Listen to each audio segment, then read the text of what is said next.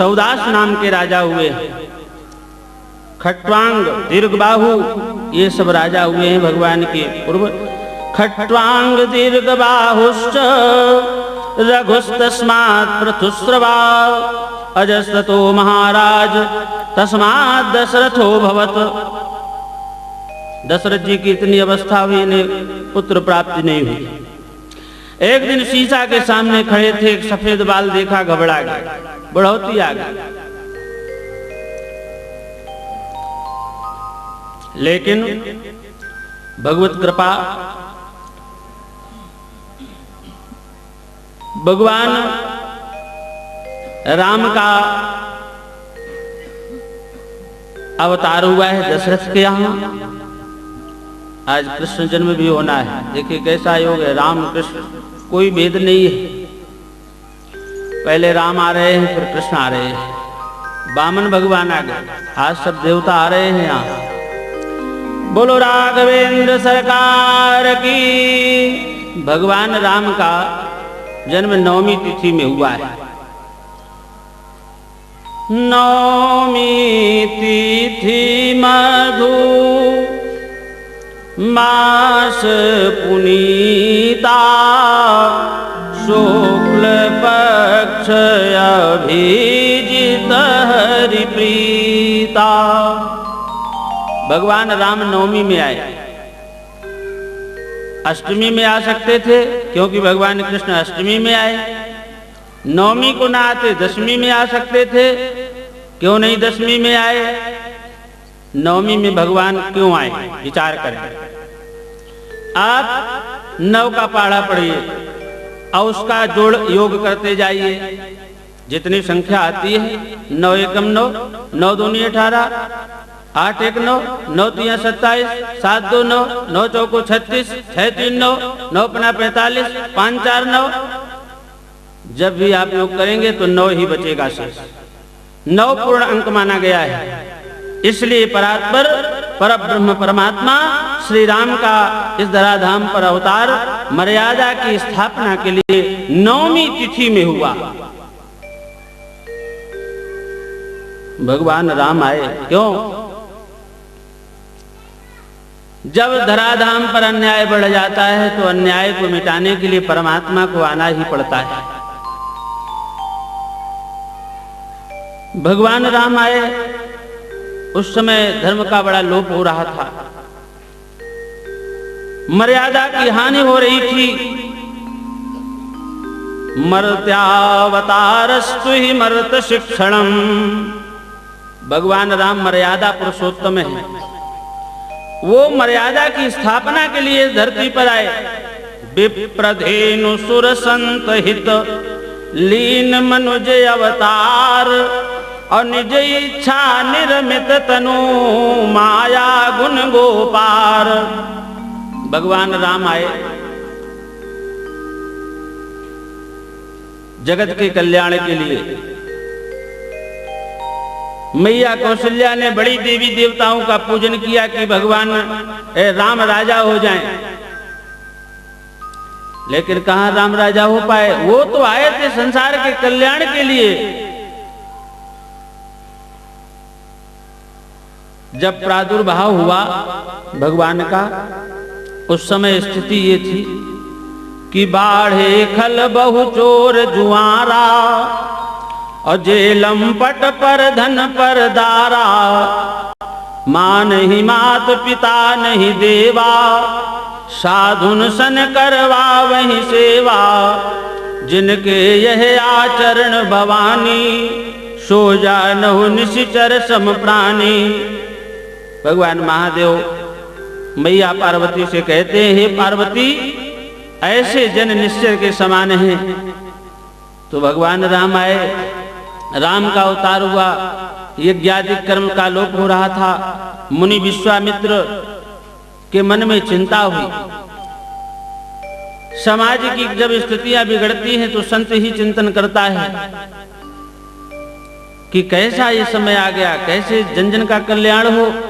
मुनि विश्वामित्र गाधी के पुत्र हैं।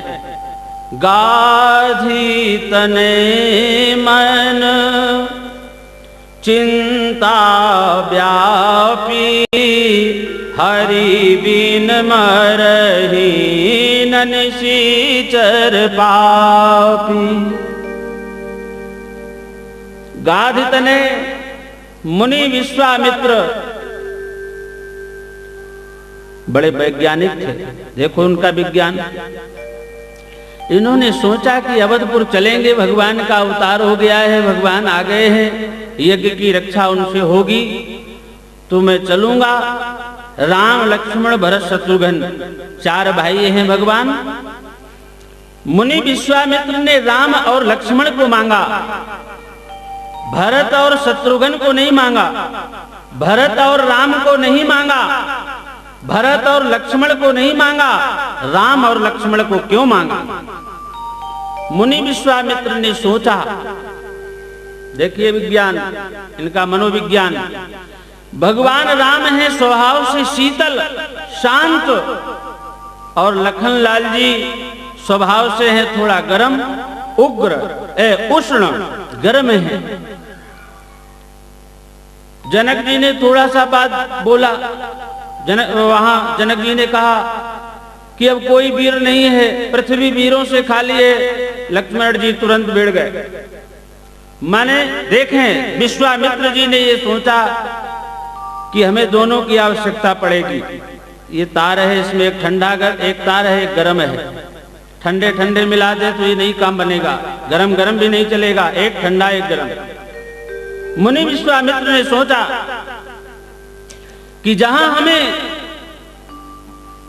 शीतलता से काम नहीं चलेगा, वहां हम लक्ष्मण रूपी उष्णता का प्रयोग करेंगे।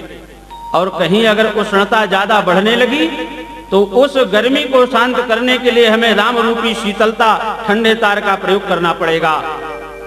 इसलिए मुनि विश्वामित्र ने जब वहां पहुंचे, दशरथ ने सुना, बड़ा स्वागत किया, बैठाया राज सिंहासन पर। कहा, महाराज रघुकुल रीति सदा चली आई, प्राण जाए बरो बचन न जाए।